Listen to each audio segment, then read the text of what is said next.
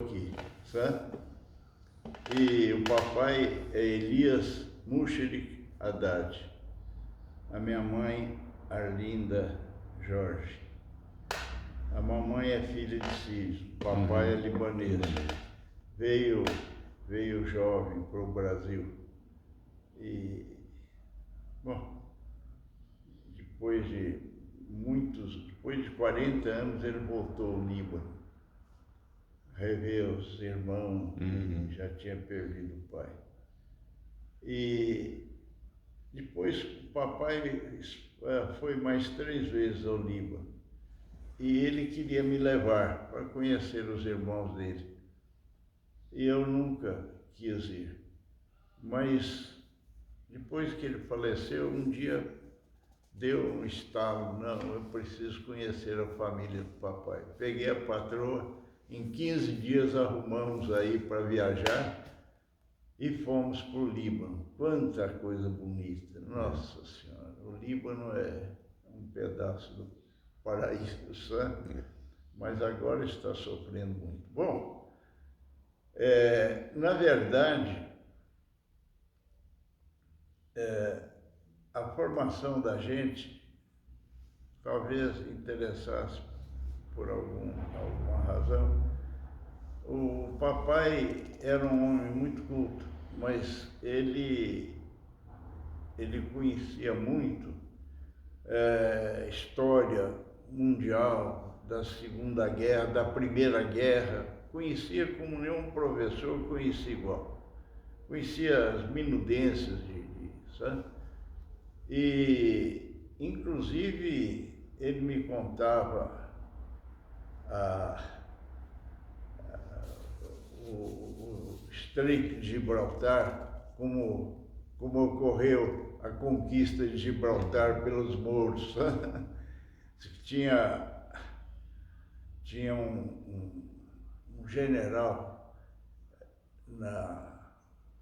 lá entre os mouros que dominaram a Espanha e Portugal há 800 anos, mas antes disso, eles estavam no norte da África, né?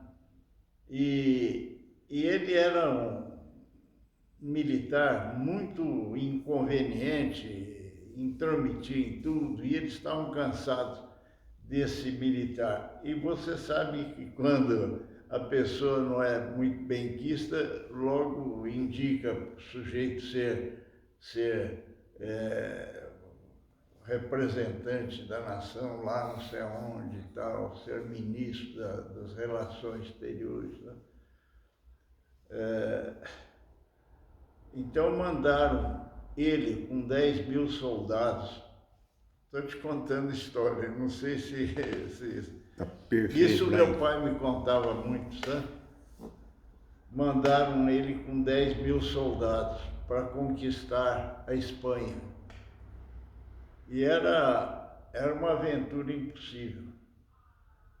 E é tanto que o estreito chama-se Gibraltar. Gibão, em árabe é montanha. Montanha de pedra, montanhas. Gibon. E Tariq, as montanhas de Tariq, desse general, sabe? Então diz que ele desembarcou com 10 mil soldados para conquistar a Espanha toda.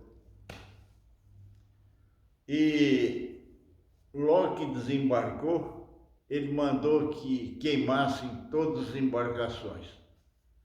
Eles puseram fogo nos navios, tudo. E ele então fez um discurso para os soldados dele. Bom, atrás o mar e na frente o inimigo. Nós estamos aqui para lutar. Tanto que a gente só ouvia nos campos de batalha, ai madre, ai madre. O cidadão conquistou, fazendo frente a um exército de 30 mil pessoas. Daí, nós temos hoje o estreito lá, famoso, né? De Gibraltar. Gibal, Montanhas, Tariq. É o nome dele. É uma coisa que o papai contava. Aí vem a veia contista. Hein? Aí daí vem a veia A contista, conquista, né? exatamente. Não, e de contista. Você é um contista. Foi a conquista dos... aí começou os mouros a dominar a Península Ibérica, né? Mas, muito bom. Eu estava dizendo o seguinte, papai lia muito, todos os dias, uns livros espessos, né? E toda tarde ele lia em árabe. E tanto que alguns o chamavam de embaixador, outros o chamavam de poeta. O Agnello Morato foi o patrono da minha cadeira. Era dentista, era poeta, Ele era um homem muito culto. Ele era musicista. Parece que compôs a letra de uma das canções, das valsas famosas de Franca. E o Agnello Morato chamava o papai de poeta. E interessante, o Agnello Morato foi meu dentista, porque ele era dentista também. Era um homem de uma cultura assim, muito heterogênea. Era um cientista e um literato ao mesmo tempo. Compunha músicas, compunha poesias, peças de teatro. Foi extraordinário. E por acaso, quando indicaram o meu nome, eu vinha cair no... E até interessante, a hora que nós subirmos, nós vamos subir um pouco, eu achei numa gaveta uma história, que acaba sendo uma história bonita, que o Agnello Morato escreveu quando meu irmão faleceu, esse Carlão. Carlão era um rapaz forte, tinha um espírito forte também, ajudava o papai, estava no último ano de direito. E ele tinha um buffet, era o melhor buffet de Franca, sabe? E veio a falecer, coitado, muito cedo, com 31 anos. E o Agnello escreveu uma crônica muito bonita sobre a história de uma mãe chorou 6 anos a morte do Carlos, todos os dias. No fim de 6 anos ela faleceu também. E logo que o Carlos faleceu, o Carlos era um moço, assim, tinha um coração enorme, sabe? Tinha amizade com todo mundo. E a amizade dele era lá da cozinha para dentro, sabe?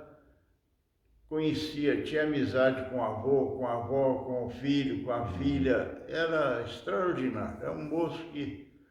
Então a mamãe chorava muito a morte do Carlos. Todos nós chorávamos. E um dia, uma vizinha, o Agnello escrevendo isto, uma vizinha sonhou com o Carlos, disse que ele estava com os braços cheios de flores, de rosas. E ela então pediu uma rosa para ele, a vizinha no sonho, sabe? Ele disse, não, dessas eu não posso te dar, mas vai ao seu quintal, colhe uma rosa e leve para minha mãezinha. E ela acordou impressionada com aquele negócio. Falou, mas é impossível, porque a minha roseira, ela tinha uma roseira que estava abandonada, sem folha, sem nada. Minha roseira não produz, não tem nem folhas. E por acaso ela foi ao quintal e achou um botão lindo no meio da roseira quase seca, sabe? Ela colheu aquele botão e levou para minha mãe. Disse, olha, o Carlos aí que mandou. É um negócio mentira. O Agnello falou dos jovens que passavam mais cedo, que ele perdeu um filho que ele amava muito, que chamava Agnelinho, sabe? E então ele escrevia muito sobre esses jovens e tal. Então o Agnello Morato foi muito amigo da família, depois casou-se com ele casou a primeira vez, perdeu a mulher, depois casou-se com uma filha de Patrício. E ficou muito chegado ao papai. Ele era espírita e era maçom. E uma vez ele me convidou muito para tomar parte da maçonaria, eu não quis. A minha religião não coaduna muito com a... Então, mas o Agnello Morato, ele escreveu aqueles versos da Água da Careta, parece que foi ele, se não me engano, ou foi um poeta que trabalhava com Onofre Gozuen, que nós o chamamos de luso português, luso portuguesa, que português já é luso, né? E ele vivia fazendo versos e fez esse verso, puseram na Água da Careta, e já desapareceu lá da ponte da estação. Mas, de repente, o nome da gente, como o seu, os nossos nomes foram indicados e a minha cadeira era a do Agnello Morato. E era esse homem que... Mas essa história que eu te contei da Rosa, eu li agora, me lembrei que eu não me lembrava mais, sabe? Encontrei na minha gaveta e li. Mas é o seguinte, eu dizia a você que a minha formação foi curiosa. O papai e a mamãe era muito simples, estudou, fez o primário, não sei se chegou a fazer o ginásio, estudou com as freiras, deve ter feito parte do ginásio, mas não era uma mulher versada em literatura ou coisa parecida. E o papai tinha uma formação histórica e literária muito boa, mas em árabe, sabe? E, na verdade, quando criança, eu comecei a ler uns livrinhos coloridos, pequenos assim, se não me engano, era da Melhoramentos, tá? Eu tinha uma paixão por aqueles livrinhos e eu lia aquelas historinhas, geralmente chinesas, aqueles chineses vestidos como antigamente vestiam e tal, aqueles chapéus E então eu li muitos, todos os meses que vinham esses livrinhos, e depois, por acaso, eu já adolescente, eu pedi ao meu pai para assinar para mim a coleção Saraiva. A coleção Saraiva foi uma coleção muito rica, com os escritores do Brasil e do mundo todo, sabe? Eu lembro de várias dessas obras. Eu tinha essa coleção, mas um dia minha biblioteca inundou e acabou desaparecendo. Mas nós tínhamos obras do Machado de Assis, obras do Zé de Alencar, obras, enfim, de todos os grandes escritores brasileiros, e portugueses, e ingleses, e tudo mais, franceses. E eu, então, tinha um gosto extraordinário por ler os Mistérios de Londres, por exemplo. Não me lembro agora o autor, mas eu lia com muito gosto, muito sabor. E depois pedi ao meu pai para assinar o jornal, não era a Folha de São Paulo, o Diário de São Paulo, e li aquilo todos os dias. Eu fui presidente do Grêmio, 18 de março do IETC, e não era um aluno brilhante. Brilhantes eram o Jaiter Manilha, o Cristiano Jaiter Manilha, que fez medicina, grande médico, faleceu há pouco tempo. o Jaita, o Cristiano, o doutor Cristiano Zé de Andrade, o Moisés Candini, Adir e Tabajara Castro Carvalho. Tabajara Castro Carvalho chegou a ser diretor financeiro do Estado de São Paulo. Ele me disse o irmão dele uma vez que no tempo do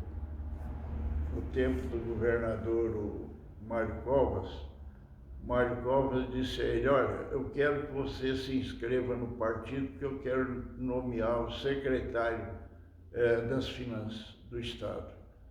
Então ele disse para ele: o senhor me desculpa, mas eu não aceito.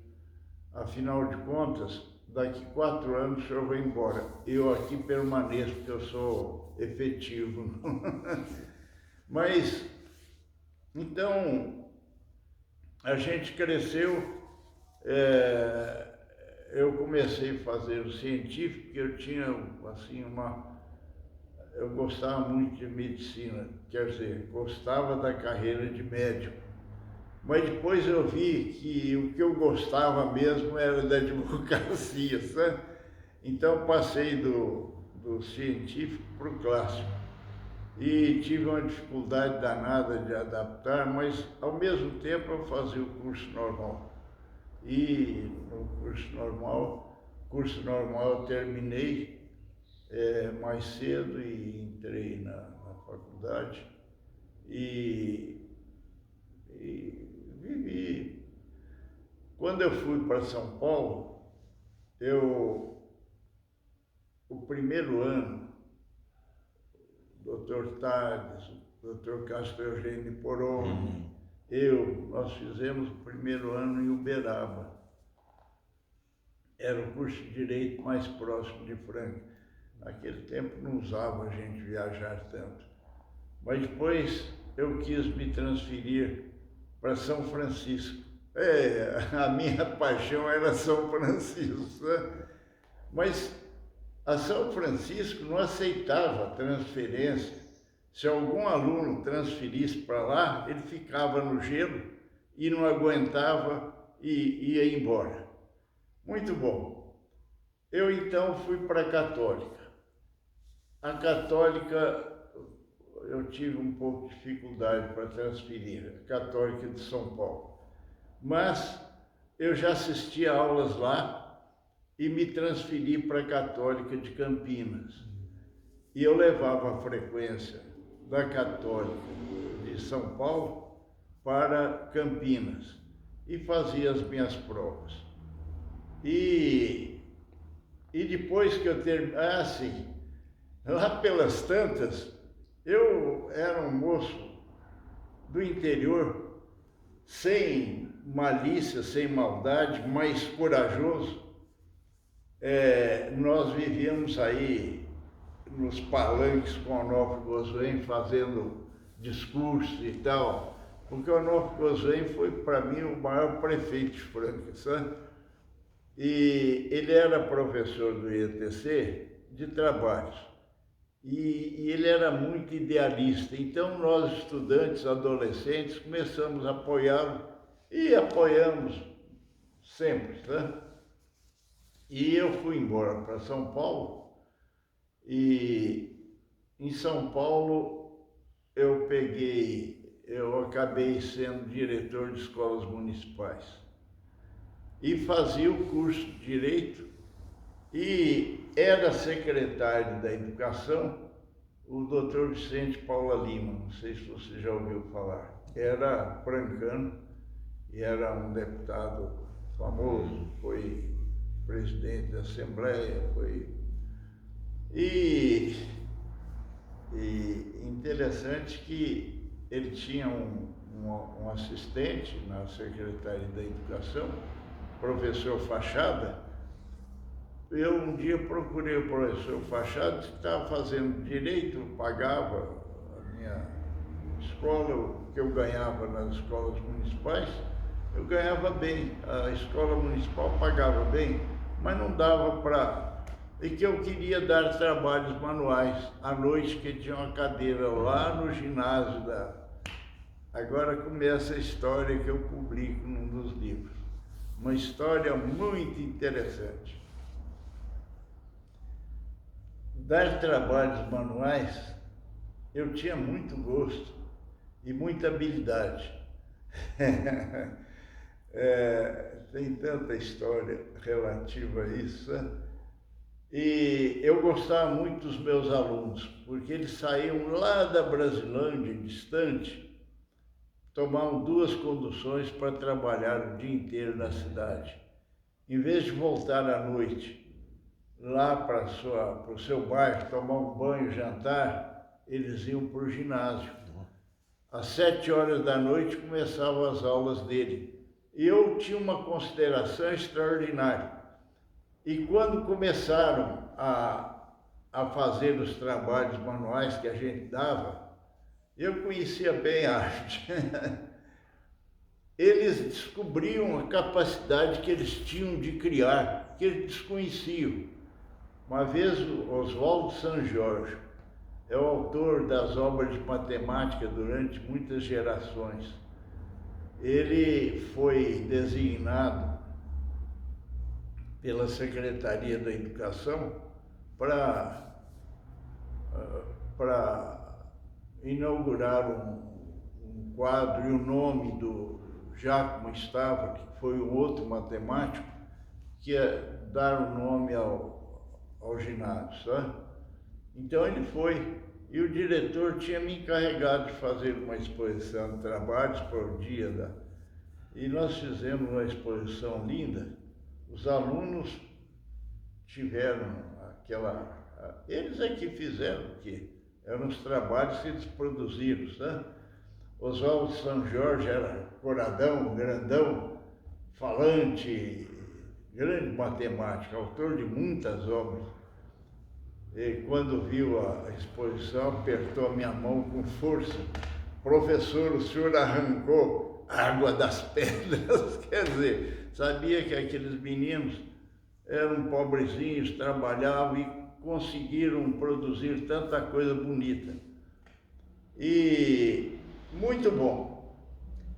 Dentre esses alunos, que eu salvo o nome de Valdir, Rui, não me lembro mais o nome de ninguém, nem da fisionomia de todos. Mas nós tínhamos muita amizade, eles me queriam muito bem. E nos domingos eu me encontrava com eles, jogávamos futebol na Católica, lá no campo e com alguns professores do Giacomo Stavoli. É tanto que o meu primeiro orientador de direito, que me orientou na primeira petição que eu fiz de direito, foi também um professor um advogado que lecionava lá nesse Giacomo Stavoli. Os anos passam, eu me formei advogado, imediatamente, eu tinha requerido a transferência para São Francisco e petulantemente eu queria acompanhar o processo. Então eu fui à secretaria, pedi à moça secretária, olha, para onde é que vai esse processo agora? Isso agora vai para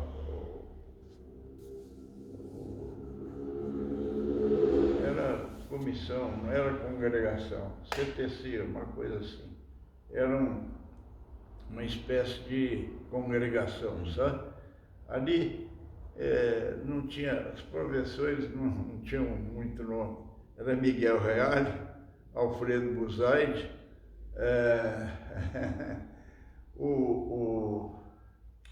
aí mais uns 2 luminares, né? Mas para quem vai primeiro? Primeiro vai para o professor Reale.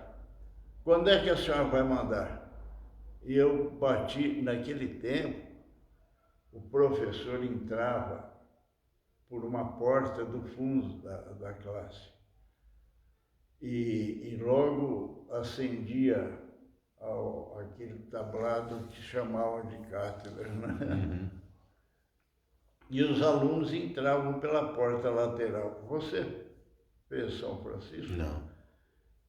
Tem aquele salão nobre, tem uma porta lateral, ali os alunos entravam e saíam.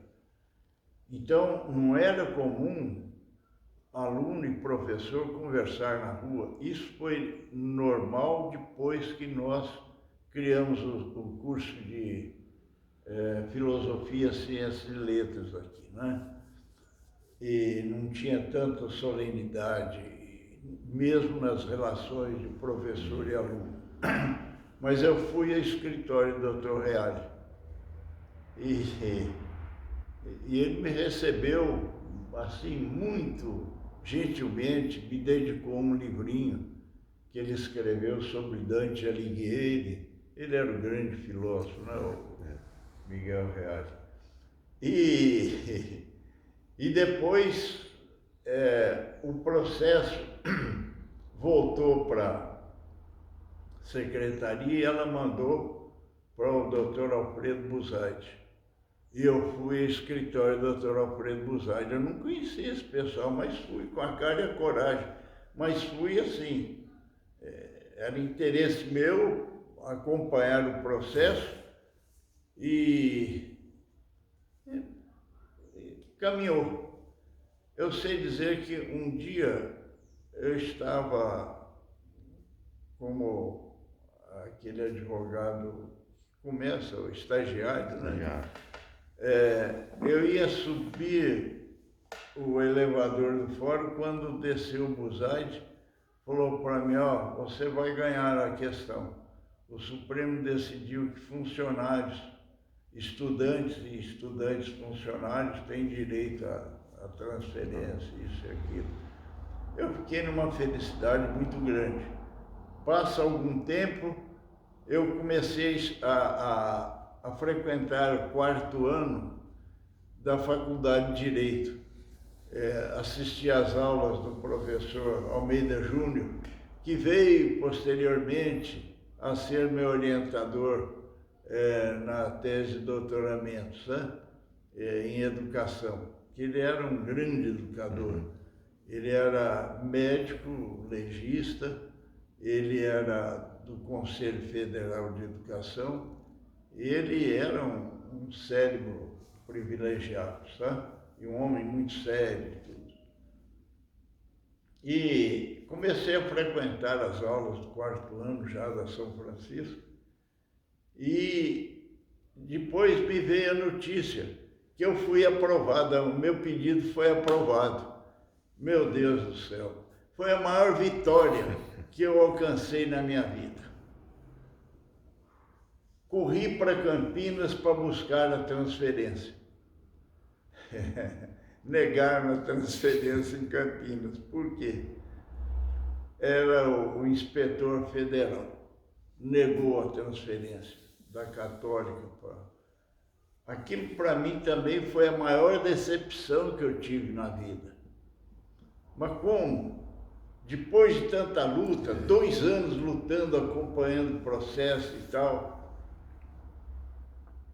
posteriormente eu vim lecionar História e Filosofia da Educação na Unesp, quando eu voltei de São Paulo, já tinha terminado o curso de Direito, e passei a dar também legislação do ensino. E na legislação do ensino, eu aprendi que no primeiro e no último ano dos cursos não se podia transferir. Mas foi muito triste. Bom, voltando... Ai, meu Deus, eu estou judiando do seu aparelho aí. Até parece. Voltando ao assunto, aqueles meninos que eu escrevo sobre eles num dos meus livros de contos, escrevo, assim, os titãs, e os chamavam de titãs, porque eram meninos pobres que saíam lá da Brasilândia e iam trabalhar o dia inteiro, depois de 2 conduções, depois voltavam. em vez de jantar, tomar banho, essa coisa, iam para a escola. E quando eu vim embora, eu lecionei, passei a lecionar na Unesp, atravessei uma fase difícil na Unesp, mas fiz o meu doutoramento em História e Filosofia da Educação. E depois fiz a livre docência, que é outro concurso dificílimo, são 5 provas. Mas eu já era titular. Eu fiz porque eu quis fazer a carreira, sabe? Eu já era titular porque quando se instalou o curso de Filosofia, Ciência e Letras em Franca, veio uma comissão, inclusive um professor de Direito de Trabalho da São Francisco, Monteiro, não sei o que Monteiro. Era o Washington Barros Monteiro? Não era o Washington. Era professor de Direito mesmo, econômico, sabe? E mais um outro professor Liberali, que era um cientista e ao mesmo tempo um humanista, um homem extraordinário. Era também da USP, se não me engano. Eles vieram para fazer uma avaliação. Como eu tinha feito o curso de Direito e tinha feito já uma pós-graduação na São Francisco, só que naquele tempo a pós-graduação era diferente. Nós tínhamos 2 anos para fazer as disciplinas, 3 fundamentais e depois a da especialização. Se chamava impropriamente especialização. Não é como essa especialização de hoje. É que foi substituído o doutoramento antigo da São Francisco pelo nome de curso de especialização, porque entendiam os luminares da São Francisco que o doutor precisava ser especializado numa disciplina. Muito bom. Eu fiz de direito penal, era apaixonado pelo direito penal, sabe? Mas no tempo que se matava por o desafeto, se matava por ciúmes, ou não é mais essa bandidagem medonha que existe hoje, né? Então, o que aconteceu? Eu já tinha essa pós-graduação lá, estava lecionando História e Filosofia da Educação. Eles me classificaram como professor titular, que logo no início era catedrático, e outros assistentes, outros auxiliares de ensino, mas a minha, o João Penha e a mais uns 2, eles concederam, só que com a condição de em 2 anos eu defender a tese de doutorado aí na Unesp. Preparei 4 anos e eles me autorizaram a prosseguir, né? Que eu não podia fazer uma tese de doutorado em 2 anos apenas, né? E depois de 4 anos eu defendi a tese. E depois fiz a livre docência, etc. E depois eu botei na cabeça que nós devíamos criar um curso de Direito na Unesp, porque a Unesp não tinha curso de Direito. Você não imagina que luta que foi aquela. O reitor não queria saber de Direito na Unesp. E ele, quando vinha a Franca, fazia o expediente com o diretor, que era o professor Nunes, e eu era vice-diretor, e ele me queria muito bem e atendia muito as minhas reivindicações, e eu pus na cabeça dele que nós devíamos criar o curso de Direito. Ele passou a defender a ideia também. Quando o reitor vinha, depois do expediente, à noite, os professores ofereciam um jantar com o reitor, E o reitor dizia, queríamos que Vossa Magnificência permitisse a saudação pelos professores e tal, desde que o Ibrahim não fale, porque ele sabia que o meu discurso seria mesmo empenhando para a criação do curso de Direito e justificando. Então ele não queria nem ouvir falar. Uma vez eu me levantei, eu não vou falar. Vossa Eminência sabe que o curso de Direito é uma necessidade para uma universidade que se preza e tal. E sentei. E foi. Aí nós mantínhamos o campus. Eu fui presidente da comissão do campus. Eu consegui da Infacap 8 alqueires para a criação do nosso campus. Quando essa doação aconteceu, tem uma história longa que eu não vou contar agora para não tomar mais tempo. Quando fomos a São Paulo, o diretor, o vice-diretor, que era eu, mais outros funcionários e mais o Juca Vilhena, que era o escrivão, para que o reitor assinasse os termos da doação de 8 alqueires dentro não é brincadeira, né? E então eu estava ao lado do reitor quando ele suspirou assim, agora eu preciso pensar mais seriamente no curso de Direito. Eu ouvi aquilo e... Mas também a reitoria, a universidade recebe 8 alqueires de graça e com o correr do tempo nós conseguimos um curso de Direito, né? E um curso que começou muito bem e eu fui o coordenador, não tinha ainda chefia de departamento, era o coordenador nos 2 primeiros anos. Eu contratei os primeiros professores e Miguel Reale, Buzaide, Ives Gandra, eu corri atrás de São Paulo, que fiz lá o meu curso e conheci esse pessoal e tal. Eu sabia quando eles se aposentavam, todos esses nomes que eu dei, menos o Ives Gandra, todos já estavam se aposentando. E aí o Reale ficou meio comprometido conosco. Depois da aposentadoria, ele vir dar aulas no curso oficial de Direito. E até brincamos que o primeiro curso oficial de Direito do Estado foi o nosso. Brincava. Não, mas é São Francisco. Não, São Francisco era federal.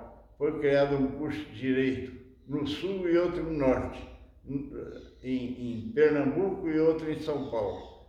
E depois, quando foi criada em 1934 a Universidade de São Paulo, precisaram pedir emprestado um curso de Direito para poder...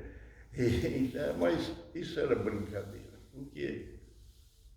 Então, eu estava encarregado de contratar os primeiros professores. E um dia eu cheguei ao Ives Gandra, professor, nós queremos que o senhor faça o favor de definir, porque ele estava assim, não sabia se... Porque o maior tributarista de São Paulo era o Ives Gandra, um escritório atabalhoado de serviço e tal, com uma equipe enorme. Então, eu vi que ele falou com muita tristeza, professor Ibrahim, na verdade, eu gostaria muito de ir.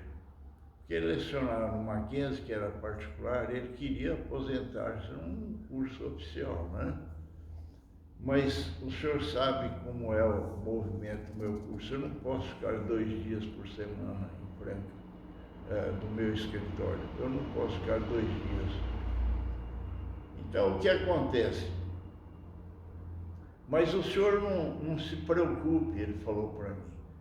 Vou pedir à minha secretária para indicar 8 nomes ao senhor. São colaboradores meus.